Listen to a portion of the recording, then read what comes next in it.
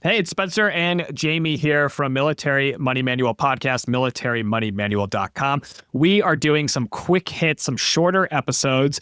Tough for us, I know, we like to talk, but we're going through the 10 things that you have to do if you want to build wealth in the military. So number one was start a monthly 5% contribution to your military base pay into your Roth thrift savings plan, your Roth TSP. Number two, go to tsp.gov, create an account, and make sure you're invested in the latest L fund closest to your retirement date. So for those of you listening who just joined the military, it's probably going to be an L2075 or even later.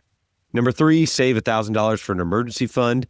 And then number four, budget a realistic amount for rent, food, transportation, and other expenses. Number five, pay off your high interest debts. Number six, based on your budget, increase your emergency fund to cover 3 months of expenses. People love to debate emergency funds. Do you need a month? Do you need 3 months? Do you need 6 months? Do you need $10,000, $20,000? I'll tell you what, with this recent government shutdown, Jamie, I hope a lot of people are realizing, you know what? It would be really nice if I had 3 to 6 months of expenses in my bank account. I wouldn't have to rely on a hard credit check from USAA to get paid or to be banking with Navy Federal. Number seven, open a Roth individual retirement account. You can do it at Vanguard. You can do it at Fidelity. You can do it at Schwab. I would say stick to those big three and make sure you're investing in a low-cost total stock market index fund to get started. You can do more research on asset allocation as you go along in your investing journey. Just start there and then figure out the rest later, but do something to get started. Okay, Jamie, today we're talking about number 8, max out your Roth TSP contributions annually. What does that mean?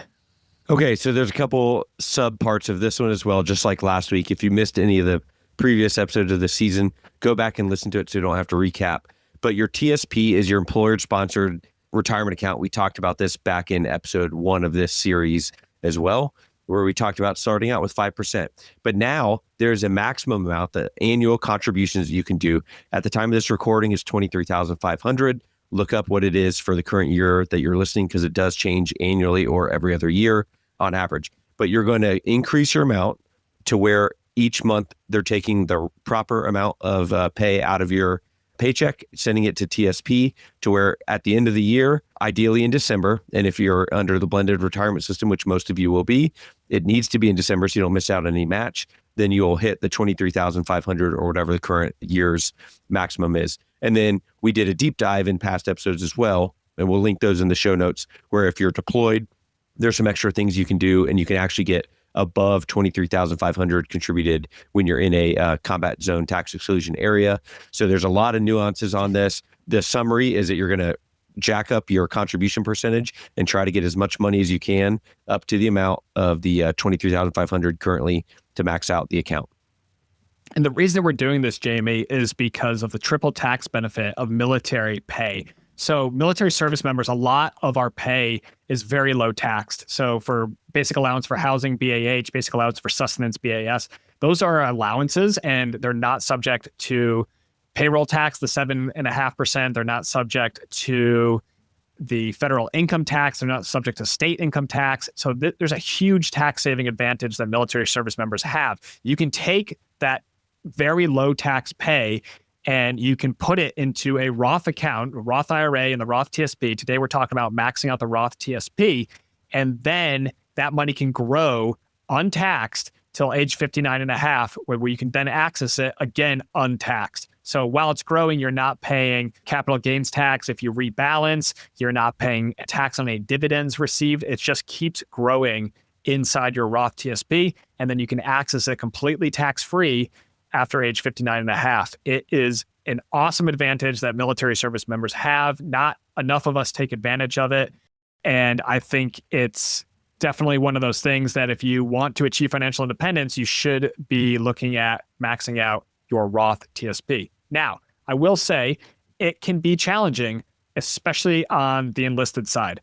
For instance, next year, 2026, the TSP contribution limit will probably be $24,500 based on the inflation data from this year. It hasn't been officially confirmed yet by the IRS, but I'd be willing to bet $100 it's $24,500 next year.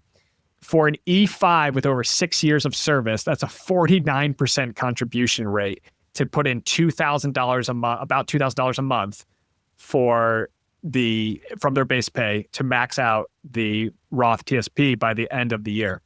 That is a very high bar to meet.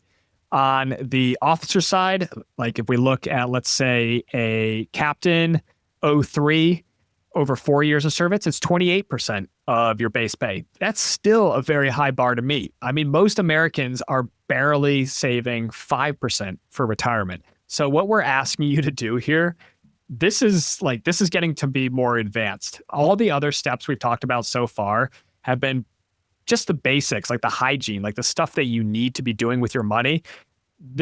We're starting to ask, okay, if you really want to achieve financial independence fast, this is one thing that you should be doing. But you might say, look, what you guys are asking me to do, it's too much. Like, I want to live my life too. And I only want to save 20% of my base pay. That's fine. Like, that's absolutely fine. Just recognize that you're going to be pushing your financial independence date out a little bit further. But I think for a lot of people, that's actually good because that's more sustainable and they can maintain a 20% savings rate. Don't get me wrong. That is extremely high savings rate. I don't fault anybody who says, look, I'm not going to max out my Roth TSP and my Roth IRA because I have expenses and I like to spend my money on the things I want to go do. And so I commend you. I think that's a really good thing. I'm just saying that if you want to achieve FI as fast as possible, here's the formula. Start maxing out your Roth TSP. And I've got a website, militarymoneymanual.com. You can head over there and you can look at the TSP section and you can see the chart that shows for your rank and your time in service, how much you need to contribute to max it out by the end of the year. Yeah, we'll put that link in the show notes, or you can Google TSP Max Contribution 2025, military BRS match per pay period percentage, or militarymoneymanual.com/TSP, military TSP match max with hyphens in there, link in the show notes. That's a confusing URL, but anyway, you'll get the point. And what's important here is not necessarily that you are doing it right away. Like, this is not in year one of the military. You're achieving steps 1 through 10 here that we're talking about in this series. But at a minimum, you're setting the goal for when you might want to ramp up your savings.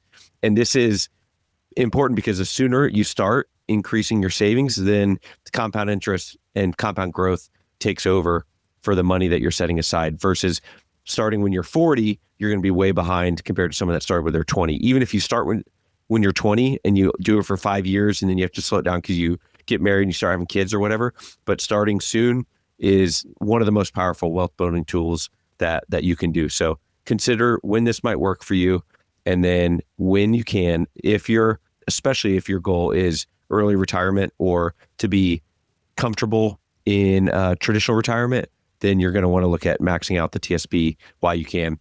It's also an annual contribution limit. You can't get back last year's money if you don't contribute. So look at it each calendar year and see what you can do with maxing out your Roth TSP contributions annually. Step number 8 for this series. Thanks so much for tuning in to this episode of the Military Money Manual podcast. If you're enjoying the show, please feel free to rate, subscribe, and leave a review wherever you listen to your podcasts. This helps others find the show, and we really appreciate it. Thanks again for tuning in, and we'll catch you in the next episode. The views and opinions presented here are those of the speakers and do not necessarily represent the views of the DoD or its components. Reference to any commercial products or services does not constitute DoD endorsement of those products or services.